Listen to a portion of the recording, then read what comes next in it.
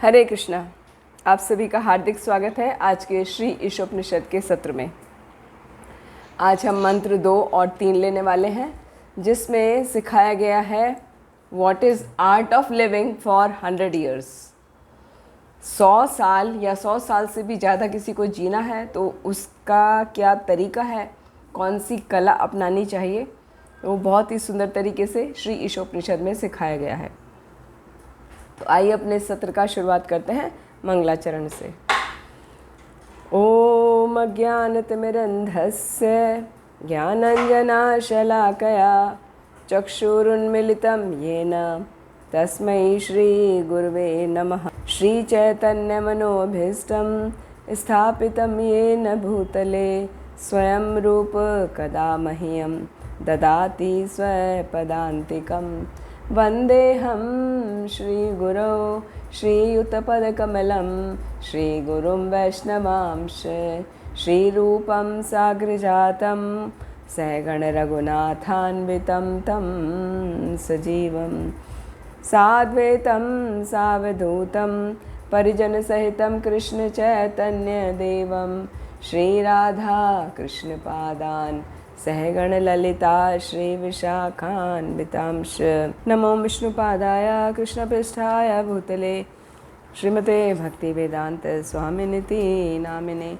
नमस्ते सारस्वते देवे गौरवाणी प्रचारिणे निर्विशेष शून्यवादी पाश्चात्य जय श्री कृष्ण चैतन्य प्रभु नित्यानंद श्री अद्वैत गदाधर शिवासादि गौर भक्त वृंद। हरे कृष्णा कृष्ण कृष्णा हरे हरे, हरे राम राम राम हरे हरे। हरे कृष्णा कृष्ण कृष्णा हरे हरे, हरे राम राम राम हरे हरे। ओम नमो भगवते वासुदेवाय। हरे कृष्ण।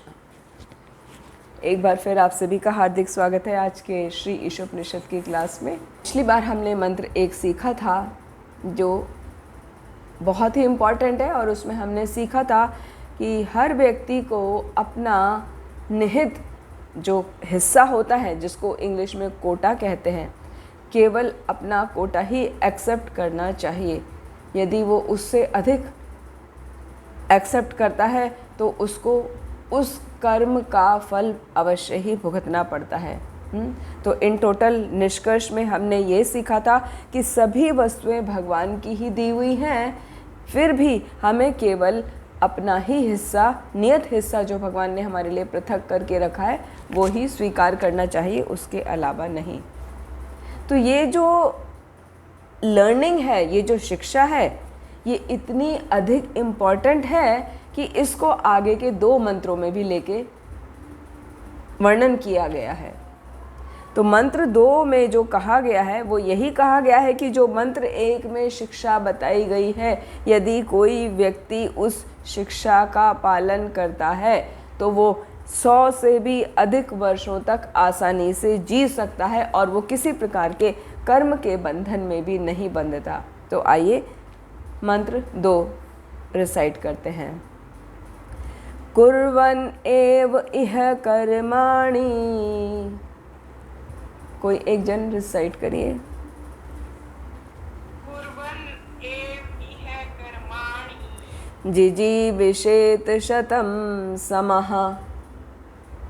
जिजीविषेत् शतं समः। एवं त्वयि न अन्यथा इतः। एवं त्वयि न अन्यथा इतः अस्ति न कर्म लिप्यते। अस्ति न कर्म लिप्यते। थैंक यू माता जी। कोई और इसका अर्थ पढ़िए।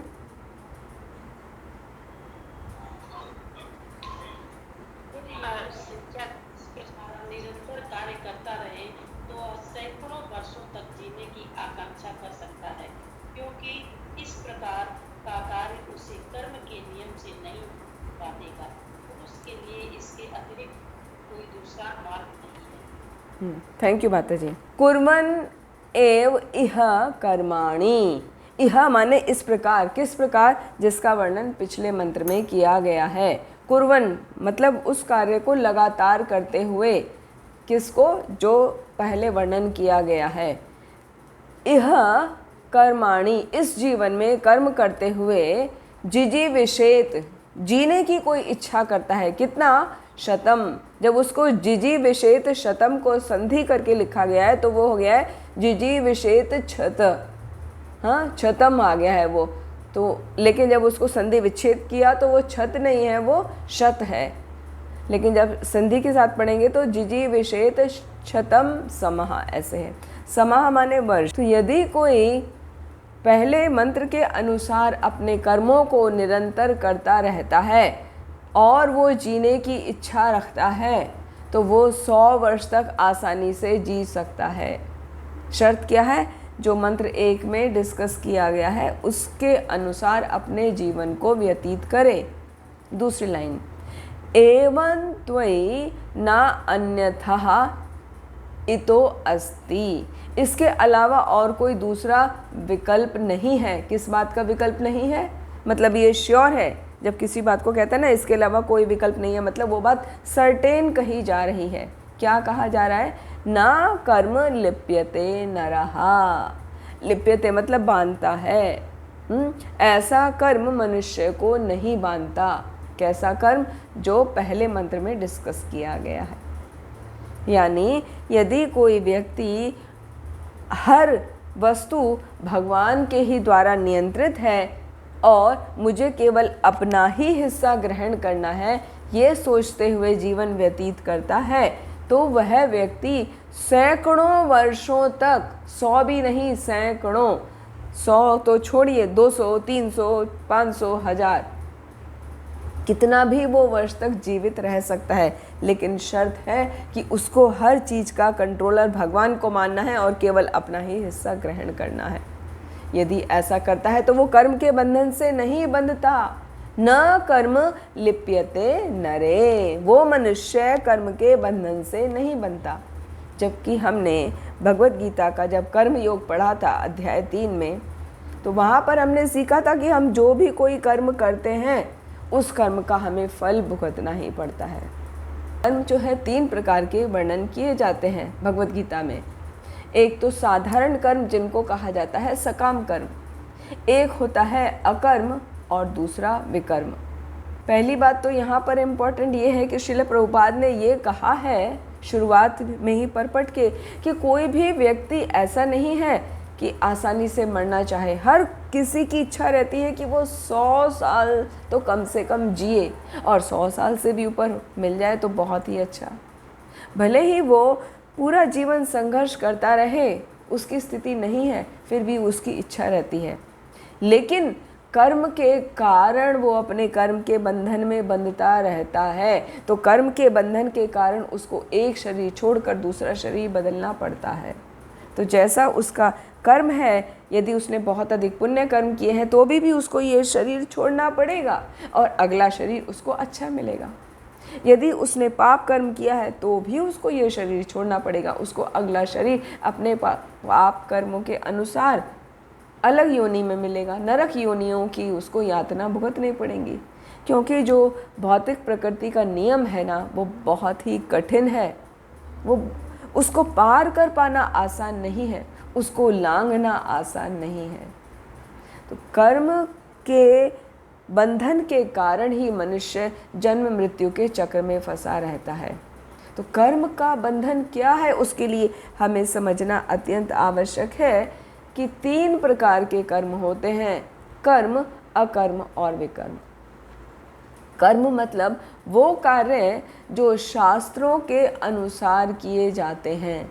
यदि हम कोई भी ऐसा कार्य कर रहे हैं जो शास्त्रों में विदित है, जो शास्त्रों में बताया गया है, जो साधु संग करके हमें पता चलता है, वो कर्म हम यदि कर रहे हैं, इसका मतलब हम शास्त्रों के अनुसार कार्य कर रहे हैं और वो कर्म कहलाता है।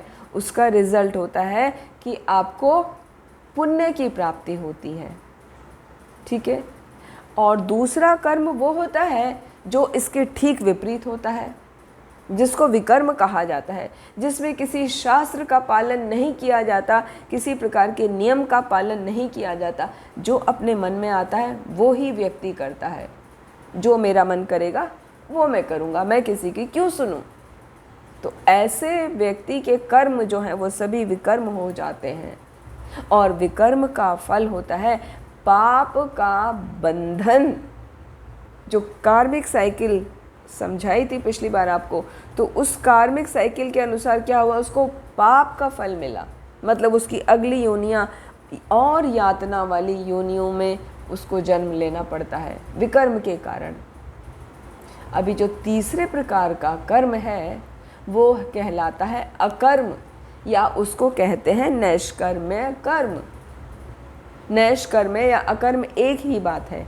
इसका अर्थ है वो कार्य करना जिसमें हम अपने लिए, अपनी संतुष्टि के लिए, अपनी इंद्रिय तृप्ति के लिए कोई भी कार्य नहीं करते। हम जो भी कार्य करते हैं भगवान को समर्पित होकर करते हैं, भगवान की प्रसन्नता के लिए करते हैं। तो ऐसा कार्य जो अपनी स्वतंत्रता का प्रयोग करके नहीं किया जाता, जो भगवान की भक्ति के लिए किया जाता है, उस कर्म का हमें बंधन नहीं लगता, और ऐसे कर्म को कहा जाता है नैष्कर्म्य कर्म या अकर्म। जैसे फॉर एग्जाम्पल हम जो भी खाते हैं भगवान को भोग लगा के खाते हैं, तो वो अकर्म हो गया, उस खाने का हमें बंधन नहीं लगेगा। हम जो भी कार्य कर रहे हैं उसमें से लाके कुछ सर्टेन अमाउंट ऑफ मनी, पैसा हम भगवान की सेवा में लगाते हैं, भक्तों की सेवा में लगाते हैं, तो कम से कम उतना आपका मनी जो है वो शुद्ध हो जाता है। तो उतने का कर्म का फल आपको नहीं भुगतना पड़ेगा। तो जब तीनों कर्म की एक साथ तुलना की जाती है तो ये कहा जाता है कि सबसे अच्छा कर्म वो है जो नैष्कर्म्य कर्म होता है। मतलब बिना किसी अपने संतुष्टि के लिए या बिना किसी इच्छा के करके, बिना किसी इच्छा के किया जाए जो, और जो भगवान की प्रसन्नता के लिए किया जाए, भगवान की शरणागति लेके किया जाए। ऐसे कर्म को करने से कोई बंधन नहीं लगता। लेकिन क्या होता है, जनरली लोग क्या करते हैं, जो भी कार्य करते हैं या तो अपनी प्रसिद्धि पाने के लिए करते हैं या हाई लाइफ पाने के लिए करते हैं। सपोज़ कोई अभी शूद्र परिवार में उत्पन्न हुआ है और किसी तरह उसको साधु संग से ये सुनने को मिला है कि हमें आध्यात्मिक ज्ञान प्राप्त करना चाहिए, हमें भगवान की सेवा करनी चाहिए, तो उसने अपना पूरा जीवन उसमें लगा दिया। तो भी क्योंकि उसको बर्थ ऐसा मिला है, तो उसका कुछ कहते हैं ना, जो उसका प्राकृतिक गुण होता है उसके कारण, प्राकृतिक गुणों के कारण वो कुछ ना कुछ ऐसा कर बैठता है कि उसको सीधे भगवत धाम नहीं मिलता। तो ऐसे में क्या होता है, उसका अपग्रेडेशन होता है। वो अगले जन्म में फिर हो सकता है वैश्य परिवार में आए, या उसने और अच्छा कार्य किया है तो वो ब्राह्मण कुल में जन्म ले। फिर उसके बाद जब उसका जन्म होगा वहाँ पर वो भक्ति में लगा रहेगा, तब उसको कहीं भगवत धाम की प्राप्ति होती है। तो जो बुद्धिमान मनुष्य होता है वो क्या करता है, वो अच्छे या बुरे कार्यों के चक्कर में नहीं फंसता, क्योंकि उसको पता है, ज्ञान लेता है वो, उसको पता चल जाता है कि ये कर्म के बंधन मुझे बांधेंगे, तो इन कर्म के बंधनों से मुझे नहीं बंधना है। और उस कर्म के बंधन को तोड़ने का एकमात्र तरीका है भगवान के लिए कर्म करना, भक्ति के कार्यों को करना। जैसा कि भक्ति रसामृत सिंधु में वर्णन आता है, भक्ति के कार्य क्या हैं, भक्ति का अर्थ क्या है, सर्वोपाधि विनिर्मुक्तम तत्परत्वेन निर्मलम ऋषिकेन ऋषिकेश सेवनम भक्तिर उच्यते। अपनी सभी इंद्रियों के द्वारा उस ऋषिकेश की जब हम सेवा करते हैं, और सर्वोपाधि विनिर्मुक्तम, हमारी जितनी भी उपाधियां हैं कि हम बहुत बड़े ऑफिसर हैं, हम बहुत रिच पर्सन हैं, हमारे पास बड़े बड़े एसेट हैं, तो वो सभी जो उपाधियां हैं ना, उन सब से मुक्त होकर जब व्यक्ति भगवान की सेवा करता है तो उसको शुद्ध भक्ति कहा जाता है। तो भक्ति के कार्य यही है, कुछ अलग नहीं है कि उसको अपनी सब उपाधियों से मुक्त हो जाना है और भगवान की सेवा में लगना है। तो श्री ईशोपनिषद की जो व्याख्या की गई है डिटेल में, उसका वर्णन भगवत गीता से ही, भगवत गीता में भी किया गया है। पिछली बार हमने सीखा था, पिछली बार क्या कई सत्रों में हमने यही बात रिपीट करी है कि भगवत गीता को गीतोपनिषद भी कहा जाता है, क्योंकि वो अपौरुष है, वो भगवान की वाणी है। तो उसमें चैप्टर 3 में वर्णन किया गया है कि भगवान के लिए जो कर्म किया जाता है वो क्या है, वो अकर्म हो जाता है। जैसे यज्ञार्थात् कर्मणो अन्यत्र लोको अयम कर्म बंधनः तदर्थम कर्म कौन्तेया मुक्त संग समाचरा। 3.9 भगवत गीता। तो उसमें बताया गया है कि भगवान विष्णु के लिए, श्री विष्णु के लिए हमें सभी कार्यों को करना चाहिए, या यज्ञ का जो कार्य होता है वो भगवान की प्रसन्नता के लिए किया जाता है, क्योंकि ऐसे कार्य से किसी प्रकार का कोई कर्म का बंधन नहीं लगता। इसलिए हे कुंती पुत्र, तुम अपने नियत कर्म करो। यदि तुम अपने नियत कर्म करोगे तुम हमेशा बंधन से मुक्त रहोगे। इसी तरह श्लोक संख्या 10 से लेके 16 तक में कर्म के ऊपर ही फोकस करके भगवान श्री कृष्ण ने बताया है कि जो भी कार्य करो वो भगवान विष्णु की प्रसन्नता के ही लिए करो। तो जब भी भगवान की प्रसन्नता के लिए कोई कार्य किया जाता है वो अकर्म कहलाता है, अकर्म वाली अवस्था प्राप्त हो जाती है, उसका कोई बंधन नहीं लगता। तो ऐसा कब होता है? जब व्यक्ति अपने नियत कर्मों का पालन करता है, यानी नियत कर्मों का मतलब है शॉर्ट में अपना धर्म का पालन करता है। स्वधर्म, स्वधर्म मतलब वो जिस भी आश्रम में है, जिस भी वो वर्ण में है, उसके अनुसार अपने प्रेस्क्राइब ड्यूटीज़ को करना, केवल यही तो करना है। ये करते करते करते ही उसका सारा कर्म अकर्म या निष्कर्म में परिवर्तित हो जाता है और उसका जीवन पूरी तरह से रेगुलराइज हो जाता है। जब उसका जीवन निष्कर्म में कर्म करते हुए रेगुलराइज हो जाता है, तब वो धीरे धीरे भगवान की सत्ता का अनुभव करता है। वो भगवान को जानने लगता है कि हाँ, वास्तव में सब कुछ भगवान ही कंट्रोल करते हैं, मैं कुछ नहीं कर सकता। जब तक हम भक्ति में नहीं लगते तब तक आप सभी ने अनुभव किया होगा, है ना। हम सभी भी शुरू बचपन से तो भक्त नहीं है ना, हम भक्तों के संग में आए तो हम भक्त बने। तो जब तक हम भक्ति में नहीं आते तब तक जो भी कुछ होता है तो उसका क्रेडिट क्या करते हैं, हम खुद लेना चाहते हैं कि ये जो कुछ किया है हमने किया है। किसी भी परिवार में देख सकते हैं आप, अपना भी स्वयं का देख सकते हैं, आप जानने वालों का भी, हर किसी की मेंटेलिटी यही होती है, आई हैव डन दिस तो credit goes to me, please clap for me. School में भी यही सिखाया जाता है, हाँ, please applaud for this person or that person, he has done such a nice work, wonderful work, marvelous work, so many adjectives लगा लगा के। तो वो सबके दिमाग में वही भर जाता है बचपन से कि I have done this, लेकिन वो गलत है। यदि बच्चे को शुरू से ही स्कूल में ये सिखाया जाए या घर में पेरेंट्स ये सिखाएं, बेटा you are just the medium, आप एक माध्यम हो, केवल भगवान के ही द्वारा आपको वो शक्ति प्रदत्त है, भगवान ही कंट्रोलर है, भगवान के ही कारण आप जो सफलता प्राप्त कर रहे हो वो है, भगवान की आपके ऊपर कृपा है। तो भगवान की कृपा को हमेशा मानते हुए, उनको ग्रेटिट्यूड पे करते हुए अपना जीवन व्यतीत करना चाहिए। कभी भी क्रेडिट खुद नहीं लेना चाहिए। कभी भी आप सक्सेसफुल लोगों को देखो, जो सक्सेसफुल पीपल होते हैं ना, वो क्या करते हैं,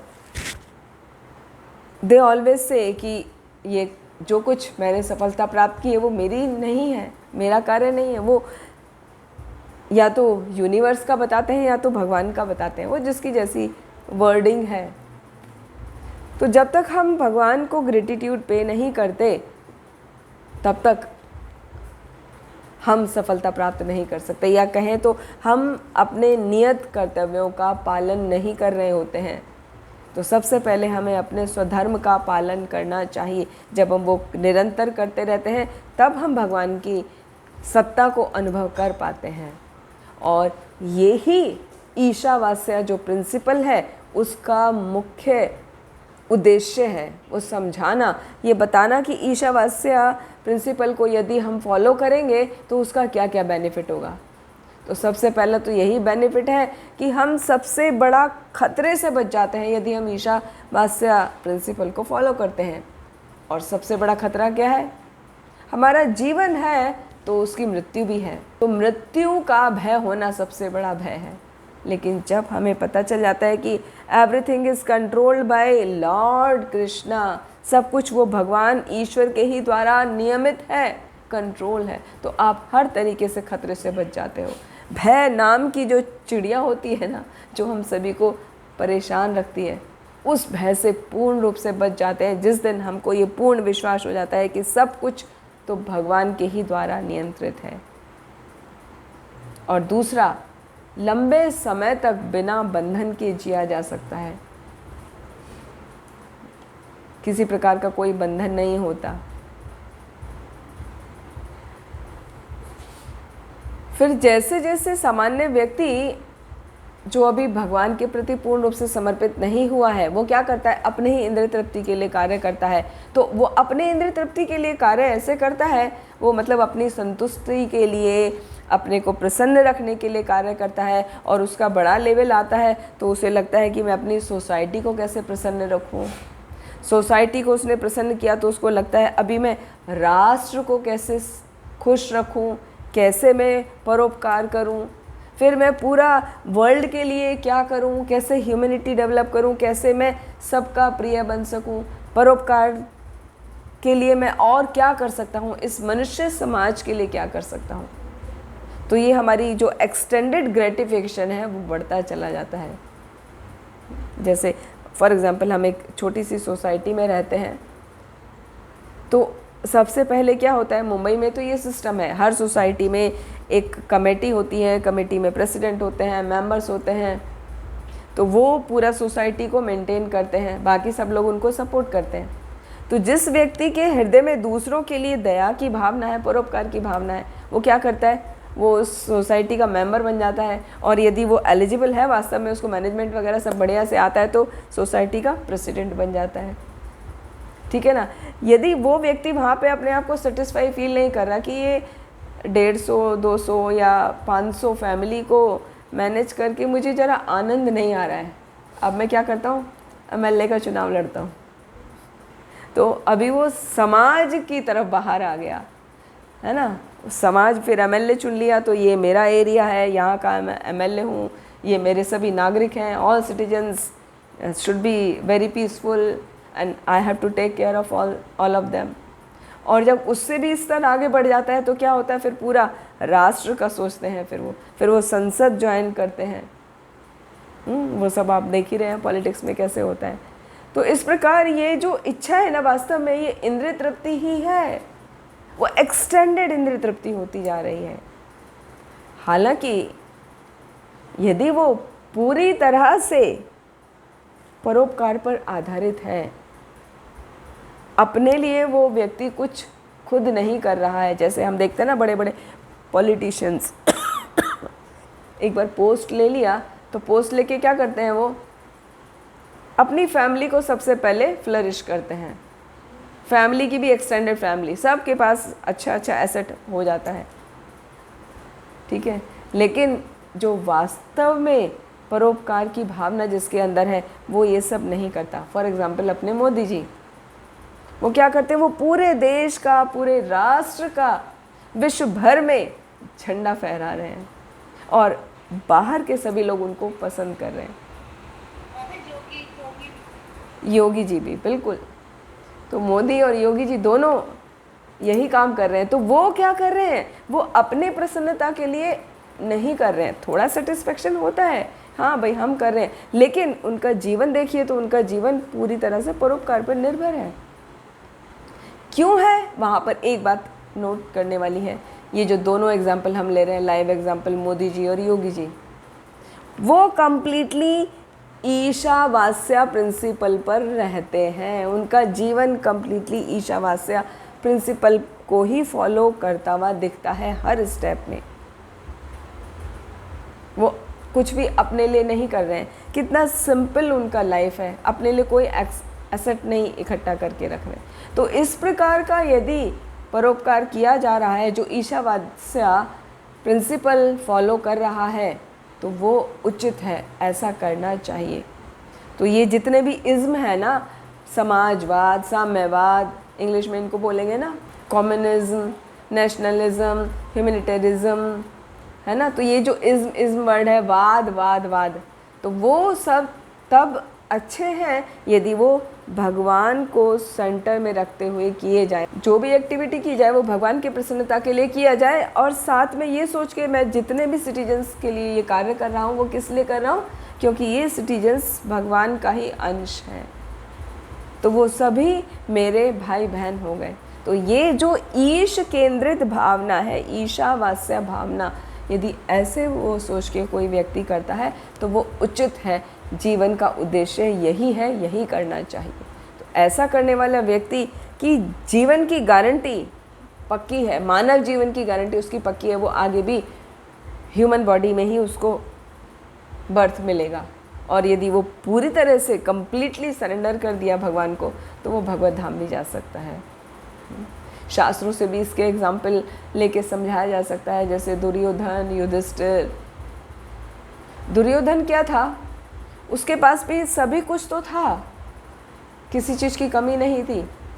और युधिष्ठिर महाराज ने जब इंद्रप्रस्थ का निर्माण किया था तो उनके पास भी सभी कुछ था, हालांकि उन्होंने 0 लेवल से शुरू किया था।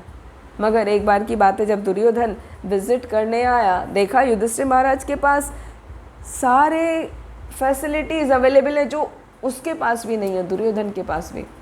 तो दुर्योधन को क्या हो गया, जलन हो गई, ईर्ष्या हो गई। लेकिन ऐसा क्यों था?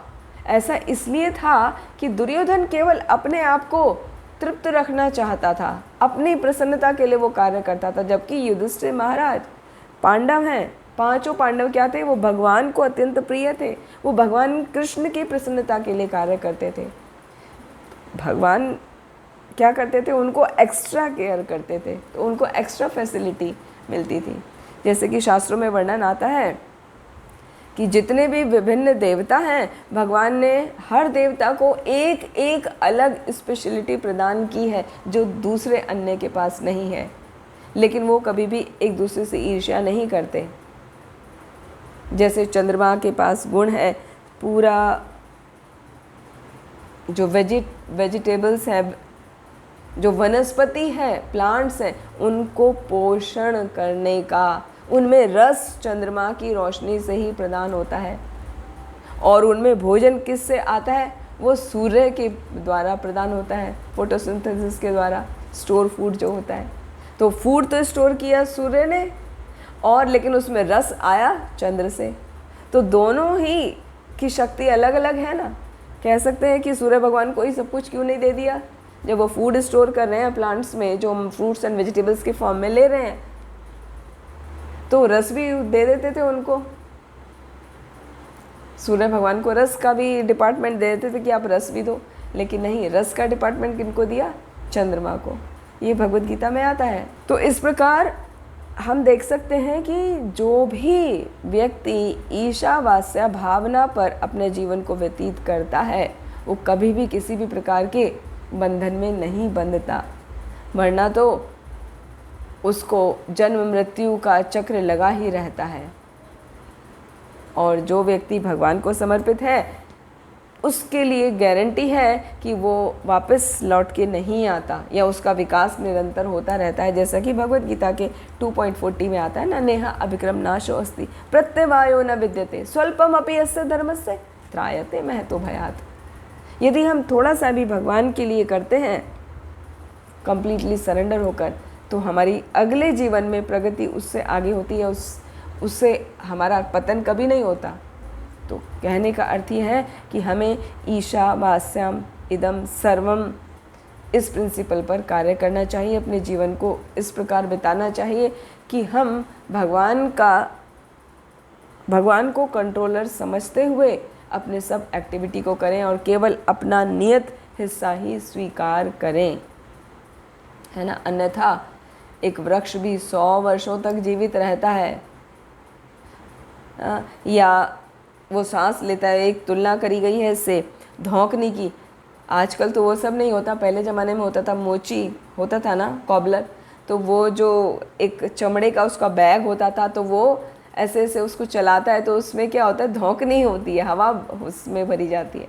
तो उसकी तुलना की गई है कि वो धौंकने की तरह सांस लेने से क्या फ़ायदा, या हम डॉग्स कैट की तरह या हॉक की तरह अपना जीवन व्यतीत कर दें, जो केवल 4 ही एक्टिविटी में लगे रहते हैं, निद्रा, आहार, निद्रा, भय, मैथुनम च सामान्य एतत् पशु भी नराणाम। तो ये एक्टिविटीज़ करते रहने से मनुष्य जीवन का उद्देश्य हमें नहीं प्राप्त होता। तो मनुष्य जीवन का उद्देश्य है भगवान या ईश्वर भावना भावित होकर परोपकार की भावना से रहा जाए, वो अच्छा है।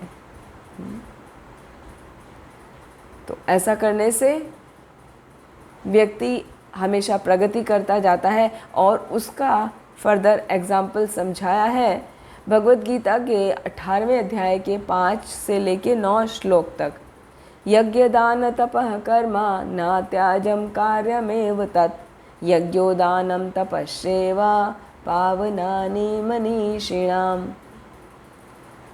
तो वहाँ पर वर्णन आता है, ये जो ईश भावना भावित कर्म की बात हो रही है, भगवान के लिए हमेशा कर्म करना चाहिए। तो उसका भगवान के लिए कर्म से क्या मतलब है, खाली भोग लगाना ही नहीं है।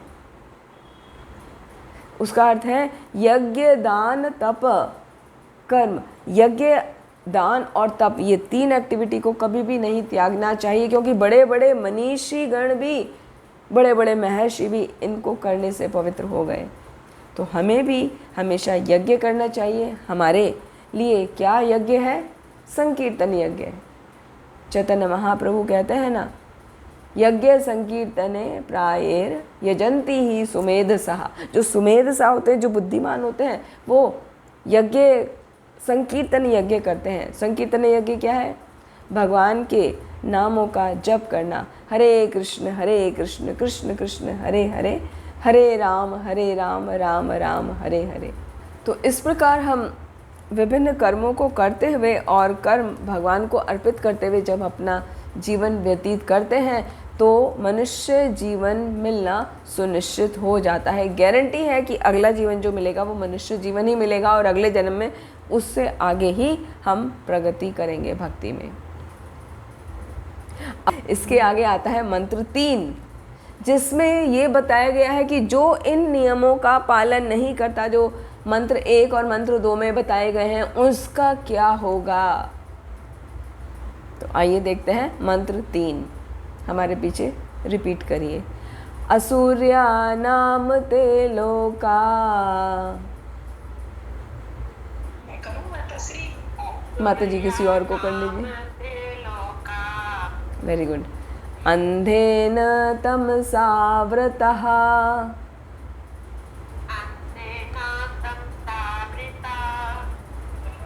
तान्ते प्रेत्य अभिगच्छन्ति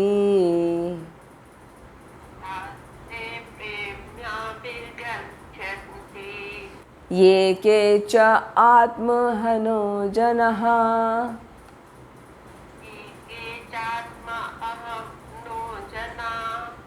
थैंक यू माता जी।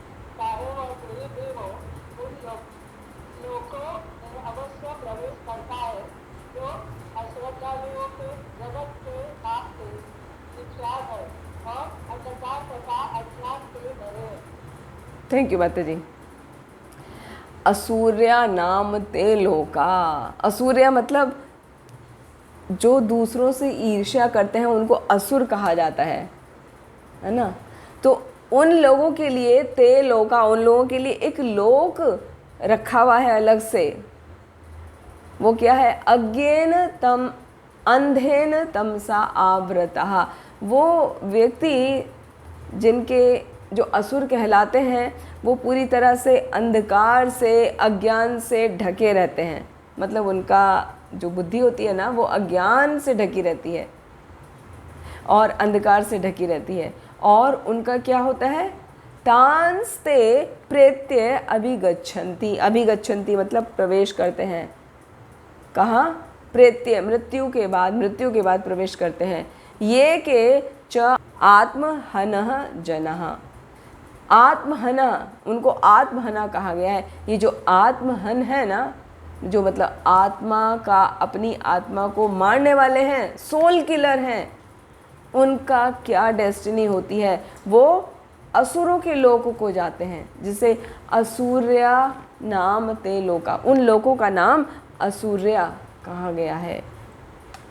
और असुर्या मतलब वो ऐसा जगत जो पूरी तरह से अंधकार से भरा हुआ है, अज्ञान से भरा हुआ है। तो जो अज्ञानी हैं, जो अश्रद्धालु हैं, वो ऐसे लोगों को जाते हैं, आसुरी लोक को जाते हैं। क्यों? क्योंकि वो आत्मा का हनन करने वाले हैं। आत्मा मतलब सोल। तो सोल क्या है? हमने द्वितीय अध्याय में पढ़ा था ना, न जायते म्रियते वा कदाचिन नायं भूत्वा भविता वा न भूयः। कि आत्मा का ना तो जन्म है ना तो मृत्यु है। वो ना कभी मरती है, ना उसको मारा जा सकता है, ना उसको काटा जा सकता है, ना उसको जलाया जा सकता है, ना उसको डुबाया जा सकता है।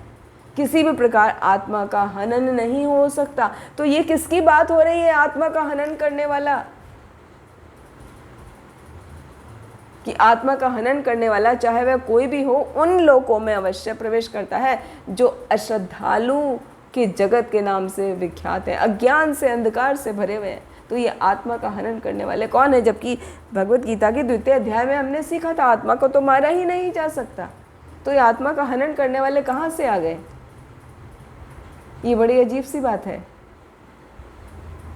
वास्तविकता में देखा जाए तो आत्मा को कभी कोई नहीं मार सकता, लेकिन ये जो आत्मा का हनन करने वाला बोला गया है, उसका अलग मीनिंग है। तो समझते हैं क्या है।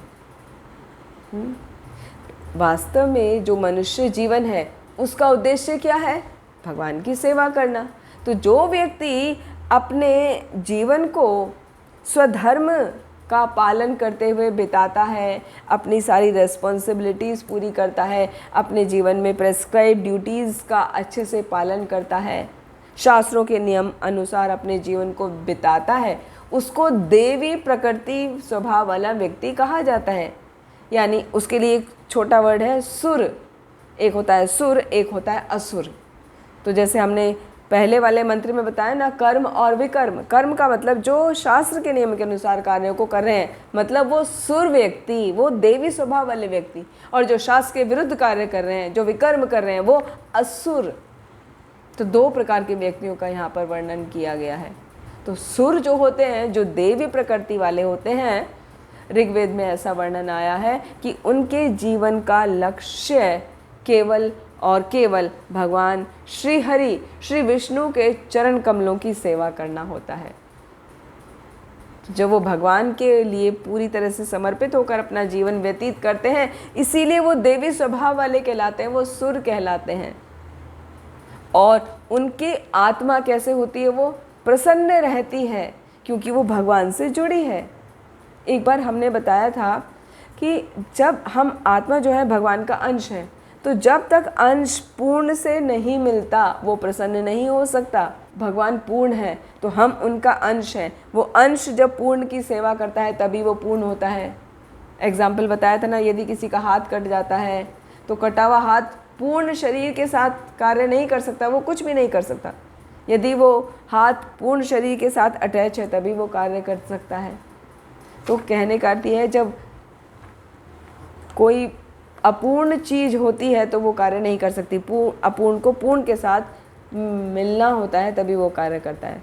तो यहाँ पर जो सुर हैं वो हमेशा भगवान से ही जुड़े रहते हैं, भगवान के ही शरणागत होकर अपने जीवन को व्यतीत करते हैं। इसीलिए उनका जीवन बहुत ही प्रफुल्लित होता है, प्रसन्न होता है। लेकिन दूसरी तरफ जो व्यक्ति भगवान को समर्पित नहीं होते, उनके जीवन में हजारों क्लेश, दुख, कष्ट, समस्याएं सभी कुछ आती हैं। और श्रीमद् भागवतम में वर्णन आता है कि जो हमारा मनुष्य देह है, मानव देह है, वो एक बोट की तरह है, नाव की तरह है। और वो नाव कहाँ तैर रही है? वो नाव तैर रही है समुद्र में। समुद्र की तुलना की गई है इस भौतिक जगत से। समुद्र आपने देखा है ना, सभी ने देखा है, अनलिमिटेड होता है, उसकी कोई सीमा नहीं है। तो इसी प्रकार ये जो भौतिक जगत है ना, अनलिमिटेड है, और हमारा जो शरीर है एक छोटी सी बोट के जैसा है या शिप के जैसा है। और जो हम शास्त्रों का अध्ययन करते हैं, श्रवण करते हैं, आचार्यों से हम सुनते हैं, वो हमारे जीवन में एक नाविक की तरह कार्य करते हैं। नाविक मतलब बोटमैन या Shipman, who is selling the ship, जो शिप को सेल कर रहा है, वो नाविक।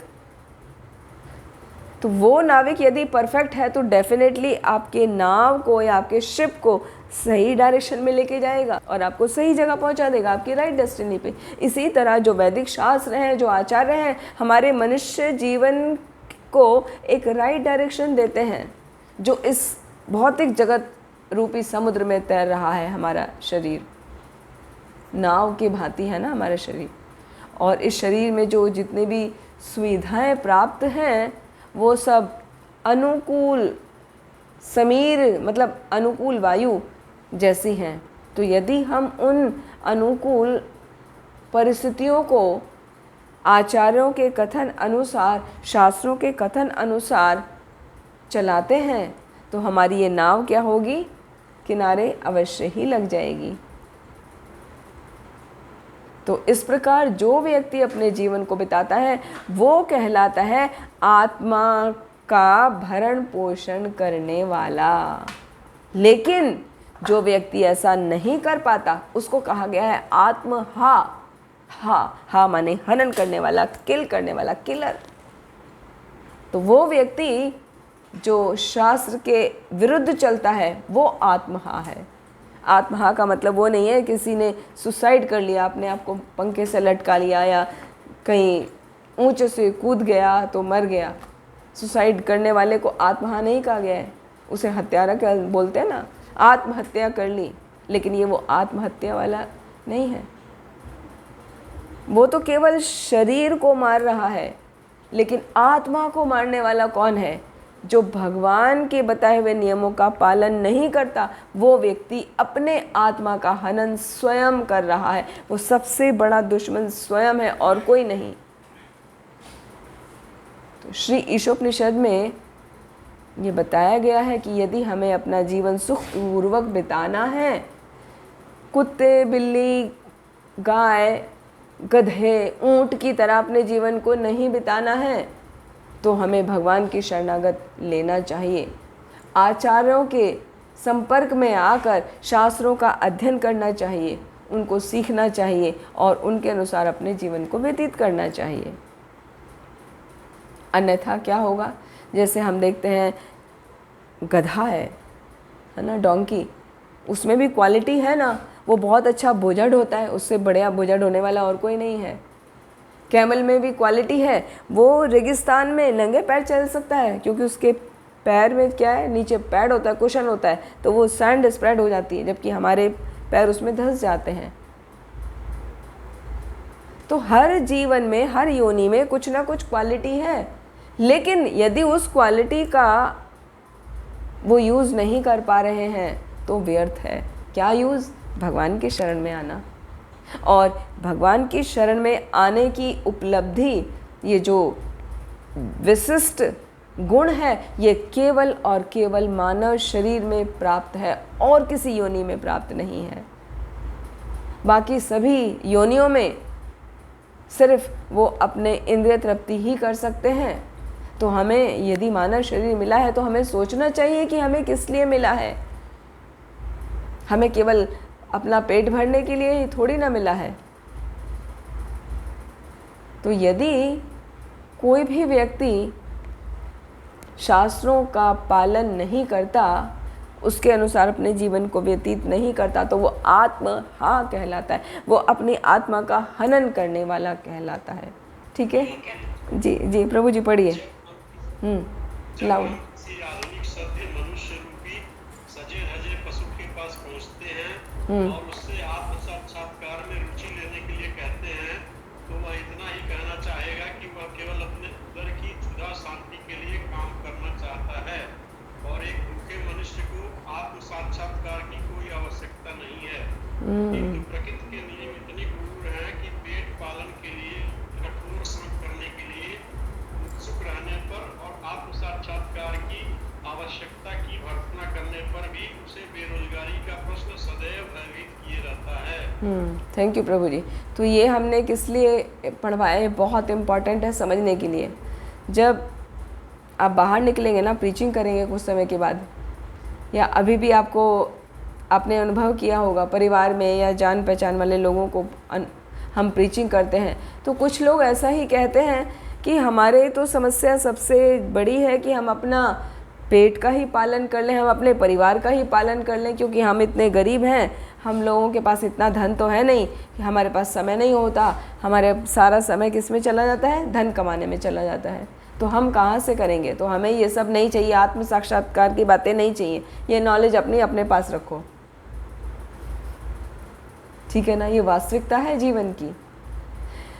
तो जो व्यक्ति भले ही अभी इस स्तर पर है कि वो नहीं सुन रहे हैं, तो शास्त्र में, ईशोपनिषद में ऐसा वर्णन किया गया है, भले ही वो कठोर परिश्रम करते रहें, आत्म साक्षात्कार की आवश्यकता को नकार दें कि वो नहीं चाहिए।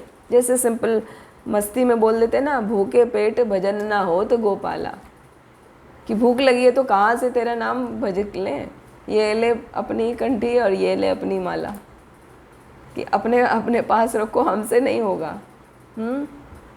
लेकिन प्रकृति के नियम इतने कठोर हैं, ऐसा व्यक्ति भी भले ही अपने उदर की क्षुधा शांत करने के लिए वो कार्यों को कर रहा है और आत्म साक्षात्कार को प्राप्त करने में नहीं लगा है, तो भी उस पर प्रकृति का नियम लागू होगा। वो कितनी भी मेहनत करता रहे, सारा जीवन उसका ऐसे बीत जाएगा, उसको बेरोजगारी की प्रॉब्लम हमेशा बनी रहेगी, उसको खाने के दिक्कत हमेशा बनी रहेगी, उसको लगेगा कि मुझे अभी कम है, अभी और चाहिए और चाहिए और चाहिए। वो बूढ़ा भी हो जाएगा तब भी उसे लगेगा कि और चाहिए। इसीलिए ये पैराग्राफ पढ़ने को बोला, बहुत इम्पॉर्टेंट है। कहने का अर्थ ये है कि इसमें से हमें ये सार लेना है कि हम किसी भी परिस्थिति में हों, चाहे हम साधारण जीवन व्यतीत कर रहे हों, चाहे हम गरीब हों, चाहे हम बहुत अमीर हों, चाहे हम बहुत ही बिजी रहते हों, चाहे हम परोपकार के ही कार्य में क्यों ना लगे हों, हमें आत्म साक्षात्कार के लिए समय अवश्य निकालना चाहिए। अपने जीवन को उन्नत करने के लिए अवश्य ही भगवान के नाम का जप जरूर करना चाहिए, भगवान की सेवा जरूर करनी चाहिए, भगवान के शरण आकर उनकी प्रसन्नता के लिए कार्यों को करना चाहिए। वरना आत्म साक्षात्कार के अभाव में हमारा जीवन पूरा कठोर परिश्रम करते हुए ही बीत जाएगा और हमको कुछ फ़ायदा नहीं होगा। एक गधा होता है ना, निरंतर बोझा ढोता रहता है, अपने मालिक को ही प्रसन्न करने में लगा रहता है, थोड़ी घास मिलती है उसको पाकर ही वो प्रसन्न रहता है, वो जीवन का अर्थ नहीं समझ पाता। तो हमें मनुष्य जीवन प्राप्त करके ऐसे गधे की तरह गाड़ी खींचने वाला नहीं बनना चाहिए। आत्म साक्षात्कार बहुत इम्पॉर्टेंट है, क्योंकि जो व्यक्ति वो नहीं करता उसको कहाँ भेजा जाता है, असूर्या नाम ते लोका, उस ऐसे लोक में भेज दिया जाता है जिसका नाम असूर्या है, जहाँ पे अज्ञानी लोग रहते हैं, जहाँ पर अंधकार से भरा हुआ है। अंधकार मतलब खाली डार्क नहीं, ज्ञान नहीं है तो वो ज्ञान का अंधकार है वहाँ पर, और सब एक दूसरे से ईर्ष्या करते हैं, कठिन श्रम करते हैं। तो ऐसी स्थिति में ना पड़े, इसलिए हमें भगवान के ऊपर फोकस करके अपने जीवन को व्यतीत करना चाहिए और भगवत साक्षात्कार में अपने जीवन को बिताना चाहिए। फिर यहाँ पर नेक्स्ट पेज में आता है कि ऐसे व्यक्ति जो होते हैं, कौन से, जो असूर्या नाम ते लोका, जिनका जीवन अंधकार से भरा हुआ है, वो कहलाते हैं आत्म संभावित। आत्म संभावित, ये पेज नंबर 21 पर देख सकते हैं कि ऐसे व्यक्तियों को आत्म संभावित कहकर धिक्कारती है। भगवत गीता के 16वें अध्याय के 17वें और 98वें श्लोक में आता है, आत्मसंभाविता स्तब्धा धन मान मद अन्विता यजन्ते नाम यज्ञस्ते दम्भेन अविधिपूर्वकम। कि ऐसे व्यक्ति अज्ञान से, जिनका ज्ञान ढका हुआ है,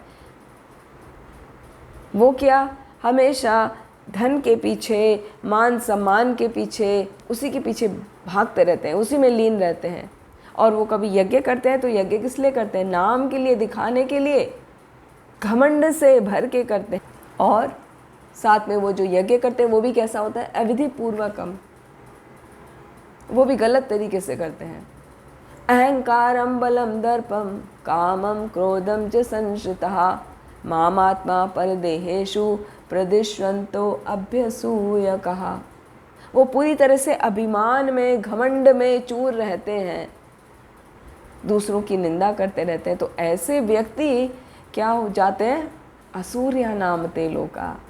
वो उस असुर लोक में जाते हैं जहाँ पर वो सब असुरी स्वभाव के व्यक्ति रहते हैं, जो ईश भावना से विहीन रहते हैं, जो भगवान के ज्ञान से विहीन रहते हैं। इसलिए उनको उन गहन अंधकारपूर्ण क्षेत्रों में भेज दिया जाता है जहाँ से वापस आना आसान नहीं होता,